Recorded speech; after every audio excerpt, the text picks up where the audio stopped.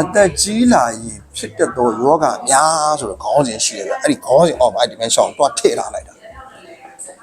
တော့မေးတယ်ဗျဘာဖြစ်လဲဆိုပြောအသက်ဘယ်လောက်လဲပြော80ကျော်84အိုးရွယ်ဖြစ်မှာပေါ့ဒီလောက်တော့ဒီတက်ရွယ်ဒီတက်ရွယ်တွေရောက်မှတော့ဒီຢာတွေကလာတော့မှဒီလိုပဲတွေးတယ်ဒီလိုပဲအဖြေထုတ်တယ်နော်အခုပေးစရာရှိတယ်သူလည်းခုပေးတာပါဗျာသူသွားမယ်သူတို့ guideline နဲ့သူတို့အကြောင်းတော့သူ့ပေမဲ့ root cause ဖြစ်တဲ့ဒီ insulin တွန်းကန်ရင်ပါမှုကြောင့်ဖြော်ပြောက်သွားတဲ့ကိစ္စ insulin sensitive ပြန်ဖြစ်အောင်လုပ်ရမယ်ကိစ္စကြတော့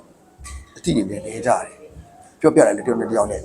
နဲတယ်ဗျာနော်အဲ့ဒီကခုမရတော့ဘူးကွာသွားပြီပေါ့အဲ့ဒီကနေဆက်သွားရင်ပါကင်ဆန်လာမယ်ဗျာထပ်သွားရင်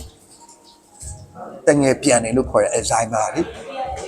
ဗမာအယူဆဒီနေရာဒီဒေတာမှာရှိတဲ့လူရဲ့အယူဆကတော့တငယ်ပြန်သွားတယ်ပေါ့ဗျာအဲ့လိုသဘောမျိုးတက်ရောက်သွားတယ်အမှန်တော့ဒီလူနာတွေဒီဖြစ်ရတဲ့လမ်းကြောင်းသွားတဲ့ပုံစံကြီးဒီနေ့အားတော့ကြကအတိအကျရှင်းပြတဲ့ပုံစံအတိုင်းသွားတာပါအမှန်တော့တရားဖို့ကောင်းပါတယ်အတိတစ်ခုခုကောင်းကောင်းမွန်မွန်မရှိတဲ့အခါမှာဒီပြဿနာဖြစ်ပါတယ်အဲ့တော့ तू က who am I ဖြစ်သွားတာဗျာသူ့ကိုသူက who am I ဖြစ်သွားတယ်ကျွန်တော်တိဖို့ဆိုတာဝေးလို့အိမ်မှာလည်းဒီတိုင်းပဲဒီသူ့ကိုတိလားသူ့ကိုမတိဘူးလားဆိုရင်ဒါခလီမာတိတယ်ခလီမာမတိဘူးသူသမီးလည်းသူတိရင်တိတယ်မတိချင်မတိဘူးဗျာသူပစ္စည်းလည်းသူစိုက်ပြီးသူ့ကိုသူတော်သူတိမတိချင်တော့ဘူးဗျာဒီလိုအချင်းချင်းဒီလိုပုံစံမျိုးဖြစ်တာကြုံမပါပါကိုရှေ့ရဟိုပို့ပွားများလဲအသက်အရွယ်အားဖြင့်ဟိုအသက်ရှည်တယ်အကြောင်းမျိုးတော့အသက်ရှည်တော့ဗျာအသက်ရှည်ပြီးတော့လဲအနာတွေကမကင်းကြဘူးဗျာနာရရှိနဲ့တွားပြီးပူတွဲရတယ်အဲ့လိုပူတွဲတဲ့အခါမှာဖြစ်တတ်တဲ့ပြဿနာအဲ့တိုင်းလာတာဟုတ်ပြီအဲ့တော့ဗျာ dementia ဆိုတာကအသက်ကြီးမှလာတတ်တာများတယ်ဖြစ်တဲ့ပြဿနာကအဲ့ဒီပြဿနာပဲဖြစ်တယ်အဲ့တော့အဲ့လူနာတွေအတွက်တွားရမယ့်ပုံစံနဲ့လမ်းကြောင်းရင်းနေအားရောကြကအစောကြီးကလေးကဂျူသတိထားပြီးသိဖို့ပြောမယ်အသက်အရွယ်တစ်ခုကိုရောက်တယ် insulin တွန်းကန်ရင်မမှုနဲ့ကြုံတွေ့ရတယ်အဲ့ဒါ HOMA IR test ကိုစစ်ကြည့်သိတယ်တတိယအပေါ်ကိုရောက်ပြီးဆိုကြတဲ့ကိုက insulin ရင်မတွန်းကန်မှုကမိမိနဲ့စနေပြီတ냐အိမ်နဲ့မနေ့ပြန်တစ်ပတ်ကဒီပြဿနာတွေထဖြစ်ပဲလို့ပြောတာမဟုတ်ဘူးတွိုင်းနဲ့လာလိမ့်မယ်လို့ပြောတာနောက်နှစ်ပေါင်းများစွာကြာရင်ဆိုတော့ဗျာကျွန်တော်ကြိုတိတယ်ဗျာကျိုးရွှေ့လိုက်မယ်လေရဒီအကွက်ဒါလေးကျိုးရွှေ့ထားလိုက်မကောင်းဘူးလားဘာဒီကကလေးနေကြတော့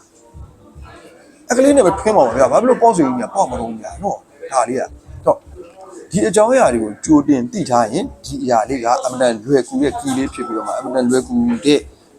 before မှာကတဲ့ကိုပါဗျာ after မရောက်ဘူးเนาะဒီပြဿနာကိုကောင်းကောင်းမွန်ဖြေရှင်းလို့ရတယ် easy to be fixed လုပ်လို့ရတယ်ဆိုတဲ့အကြောင်းပါကောင်းပြီဒီနေ့ကတော့ဘယ်လိုဖြစ်မလဲဆိုတော့အဓိကဒီလူနာတွေတွားရမယ်လမ်းကြောင်းနဲ့ဖြစ်ရမယ်လမ်းကြောင်းဒီအစီနဲ့ကစီပေါ်မှာဖြစ်ပြောင်းလဲပြီးစွမ်းအင်ကိုယူလို့ရအောင်ဒီနေ့တခုစဉ်းစားရမယ်ဘာဖြစ်တယ်သူ့ပေမဲ့အသက်အရွယ်အားဖြင့်84ဖြစ်တဲ့အတွက်ဒါ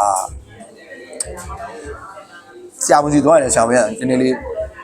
ညင်းမှာပေါ့ဗျာညင်းညင်မှာပေါ့ဘယ်လိုပဲဖြစ်ဖြစ်အသက်အရွယ်ကြီးတဲ့လူနာတွေတိတ်မကုချင်ဘူးလေဗျာမတော်ရောတခုခုဆိုရင်နာမည်ပြတ်မယ်လေဗျာဒါနားလေလေကြီးပဲလည်းပြန်ကြည့်ပြီလေဗျာဒါကြောက်ရနော်ပြီးတော့အသက်ကြီးနေရင်ဆိုရကောင်းအောက်တယ်ပဲထည့်ထားပြီလေတော့ဒါကတော့အစီနဲ့ကစီမှာစွမ်းအင်ကိုအင်ဆူလင်ရင်ပါတွန်းကန်တွားရင်လူဒီမဟုတ်အသက်အရွယ်တစ်ခုကိုရောက်သွားရင်အနေထားတစ်ခုခုလူကဖြတ်တန်းပြီးတွားနေတာလေကိုယ့်ရဲ့ fuel ကိုထိုင်တာအစီပေါ်မှာပြောင်းထိုင်ပါထိုင်တာတစ်ခုကြည့်ဆိုတာဗျာအစီကတည်ငြိမ်စွမ်းအင်လို့တင်စားပြီးပြောလို့ရတယ်အစီပေါ်မှာထိုင်တဲ့အခါဘက်ကကစီပေါ်မှာထိုင်တဲ့အခါကျတော့ရွေးရှားစွမ်းအင်လို့ပြောလို့ရတယ်ဘာကြောင့်လဲဆိုရင် तू ကအင်ဆူလင်နဲ့သူနဲ့ဆက်နေလို့ဗျအချိုးဒီပေါ်မှာထိုင်ရင်အချိုးတွေဖြစ်လာမယ်ဖြစ်လာရင်ဒီအချိုးတွေက cell တွေကိုဝင်ဖို့အတွက်က